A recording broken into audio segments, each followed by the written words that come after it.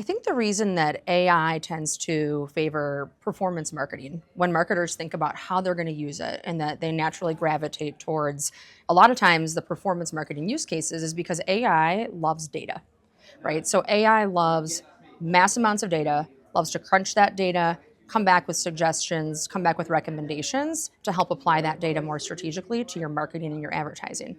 And so for that reason, it's very tempting to say, I'm going to focus on what I would call more of the short-term performance metrics because I have all this data now that I can now crunch and I can access all these signals that maybe I didn't have before that are telling me how things are performing.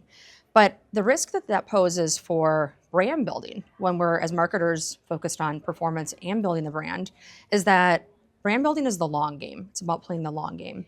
And when you're focused on short-term performance metrics, a lot of times you're missing that larger, broader story around what brand building looks like over time. Because we know that, let's say I put a new campaign in market this month, it's going to take potentially up to 3 years for us to really build that brand visibility and brand recognition that we're looking for. So in a lot of cases, the short-term performance metrics that we can pull from looking at all of our campaign data aren't going to necessarily tell that long game story.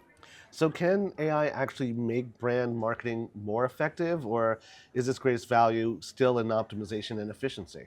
I think that brand marketing actually can benefit from AI and is benefiting from AI in a lot of different ways. So the really obvious use cases are the generative AI tools that we are all using to really help scale our creative design and content efforts. I think the less obvious methods that we're looking at are more around how we're using AI to better understand who our audience is. What are the behaviors of that audience? Are there new segments of our audience that we didn't actually know existed before? But now, because of the data that we have access to, we're able to actually have more intelligence about who those different segments might be, those emerging new customers that we didn't realize we had before.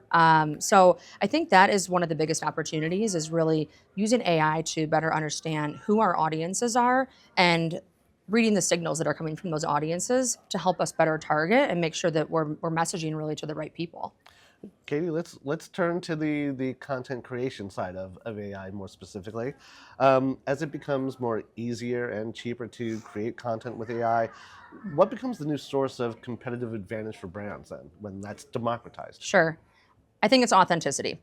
And the brands who choose to lean into authenticity versus creating more content just because they can, I think are the ones who are going to end up standing out in the long run, right? I think there's that old adage of just because you should, just because you can doesn't mean that you should. And I think that that applies to what we're talking about here, which is just because you can create more ads, more content, doesn't necessarily mean that you should. I think it's more about quality over quantity. And so I think that that's going to be really important.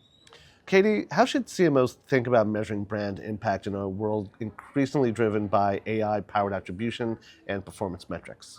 So I think a lot of it is around how do we measure that the experiences that we're creating are meaningful. Being here in Cannes is a perfect example of that. We're here creating experiences. We're here trying to create connection. And there are ways to measure that, but it's not scientific, right? So I think for CMOs, what's going to be really important going forward is that we are focused on everything that can be automated. Great. Let our teams use those tools, automate the things that can be automated, but let's focus on how do we actually create meaningful connection and meaningful experiences with events like this.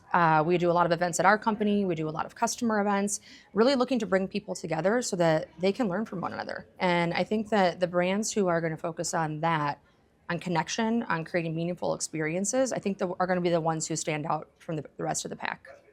Katie, with everything accelerating so quickly, it's hard to ask ask you to look forward 5 years, let alone five weeks from now. But going to anyway. So with that, what will distinguish the strongest brands 5 years from now in an environment where every company has access to similar AI tools? I think this goes back to the less is more conversation of just because you can do it, doesn't mean you should put it out there. So there's a difference between creating noise and creating impact. And what we try to do when I work with my team and we're putting out campaigns and we're putting out content is really look at what is the impact of this content? What is the story we're trying to tell? Who are we trying to connect with? It's less about let's put out as much as we can because we now have the tools to do that, and let's focus on how can we actually do better with what we are putting out, leaning into these tools. So I think for brands, it's going to be about don't create noise. There's enough noise in this industry. And how do I actually use tools to my advantage so that we can create things that are more meaningful and more impactful versus creating more noise in the system?